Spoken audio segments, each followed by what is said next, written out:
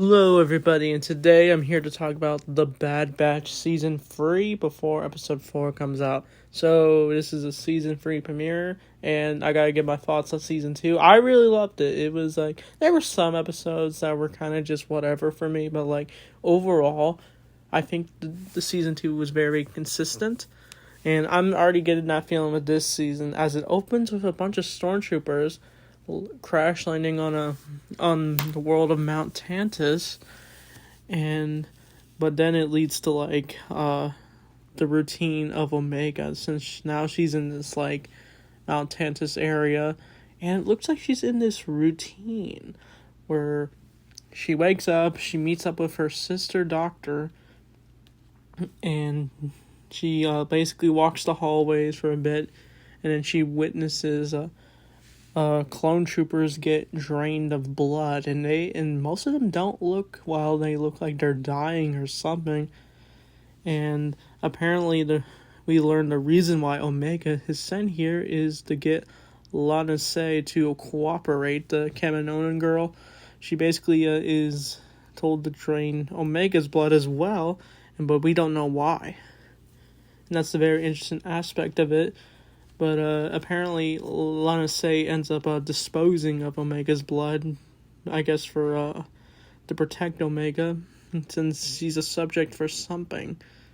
And as this is going on, Omega is trying to get through her routine. She has to feed this one beast-looking creature thing. I forget what they're called, but they act more dog-like. But because of the Empire, they're trying to be bad. And she sees Crosshair, and Crosshair is not really feeling it, since he just does not want to escape. He feels he's made his time, and Omega is trying to convince him to find a way out, and Crosshair is just like, give up. But Omega doesn't want to give up. But as she's going through her routine, she makes like this toy thing that's really to keep her company.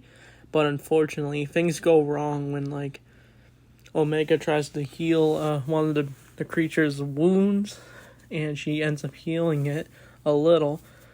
But one of the robots wants the subject to terminate the beast, but Omega doesn't want to do that. And so what she does is, I think she tries to free the creature by knocking out the droid, and she manages to take him out by crushing it with one of the devices and she uses a stun baton to knock it out, and then she manages to free the creature, and thank goodness. I was thinking he was going to get terminated, but he doesn't, thank goodness. But unfortunately, she's stopped by this one guy. I forget his name. He's basically the director for the facility. I think you know who I'm talking about, but he basically is telling Omega that she did something wrong, but Omega's like, you did something wrong. And basically, she's punished by getting sent to her cell. And even her toy got taken away earlier, but I guess her sister had a change of heart and gave the toy back. And that's that episode. So it was a bit slow to watch, but it kind of reminded me of Andor. Like the prison arc in Andor. That's what I really liked about this episode.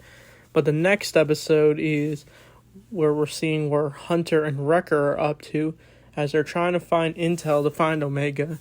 It opens with like this tribe of people with like these horns. I'm sorry, I'm not good with species, but basically they punish this one guy for something, but then the two Bad Batch members come in and they get their intel, and we're thinking they're about to get like thrown through the floor if they failed their mission, but they didn't. But basically they're standing, it's kind of like Jabba's palace, where if you're standing on the gate thing, if Jabba releases it, you fall to your death or something. That's basically what's going on. But they actually give Hunter and Wrecker some intel, and that's where it leads to them going to this forest planet. And you can definitely feel the Hunter and Wrecker are grieving for like tech. They're trying to meet up with Rex and Echo. But they end up going on this forest planet, and that's where we find out.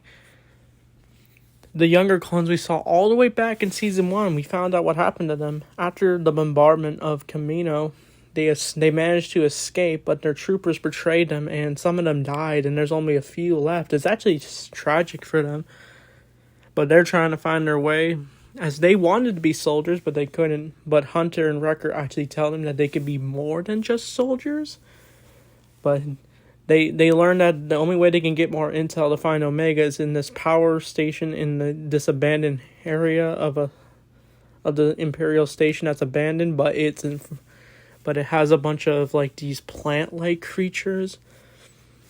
But they decide to take Hunter and Wrecker down anyway. One of them does, but the other two stay behind.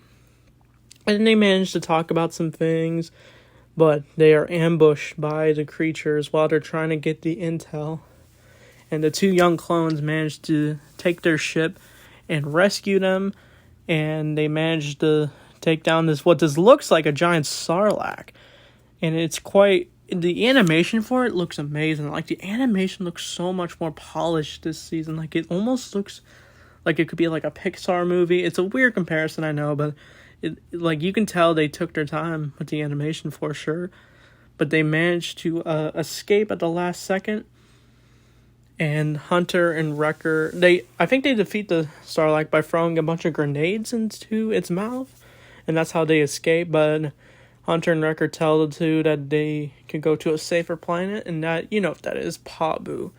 Like, I'm really excited if they're going to go back to Pabu. I hope the batch, like if they do rescue Omega, they're going to, like, retire. And some people said this is a filler episode, but I don't view this as a filler episode since they're getting the intel to find Omega. But the next episode, that's where it leads to, what we see is the return of the Emperor. I knew he was in the trailer, but the way they did it, you can just tell this is Darth Sidious. This is the Emperor. And we're slowly finding out more of his plans. But as this is going on, Omega has a plan to get out of this prison. Omega and Crosshair have some sort of plan, but Omega's trying to figure it out. But she's given a data pad by Lana Say, and it's her only means of escape, and she uses it. And I do like the scene where she goes in an elevator and she distracts like a mouse droid or something, and then she tries to get Crosshair out, but he's actually convinced this time. And he did say earlier that he would actually leave Omega behind, but Omega doesn't believe that he means that, and she was right, as she manages to. I do like the scene where Crosshair tricks two stormtroopers into giving them an order, but the troopers are like, he thinks he's giving us an order, but then Omega opens the door, and Crosshair manages to just take out the two troopers. It's quite badass, and they manage to try to find their way to escape. They use the hatch door to try to escape, but her sister runs into the way. And Omega tries to convince her to come along, but she says no. And they manage to just knock her out. I'm surprised Crosshair was able to do it twice, since he knocked her out twice. But they managed to escape at the last second, as the leader of this guy, he manages to put up a laser beam to try to stop them, but they managed to get out in the last second. And they managed to... But they try to use a shuttle of troopers to try to get them, but Crosshair is able to trick all the troopers to get out, and then he manages to help them escape. And they're chased by TIE fighters, so that's how you know it's almost impossible to escape the prison they're on. But they decide to let them go since they have Omega's blood, and they found out Lana Say tried to dispose of it. And they managed to escape, and that's the episode. But when the Emperor showed up, he was actually trying to see their process of what they're trying to do, and we still don't know yet. And some people are saying it's tying into the sequels, like showing how Palpatine became, how he got reborn in the sequel trilogy. But some people are complaining about that, but whatever. I mean, I think it's filling in the gaps for the sequels. It's fleshing them out a lot better. But anyway, it was nice to see Palpatine's return, and the escape plan was really fun, exciting. Yeah, this episode I liked a lot more than the other two. They weren't bad, they were just a lot slower, since we're trying to slowly see where our characters are going, but it's a nice consistency of what I really like about these 3 episodes. So I'd probably give the first two maybe like a low 7 out of 10, and this one probably an 8. So I can't wait for the rest of the Bad Batch.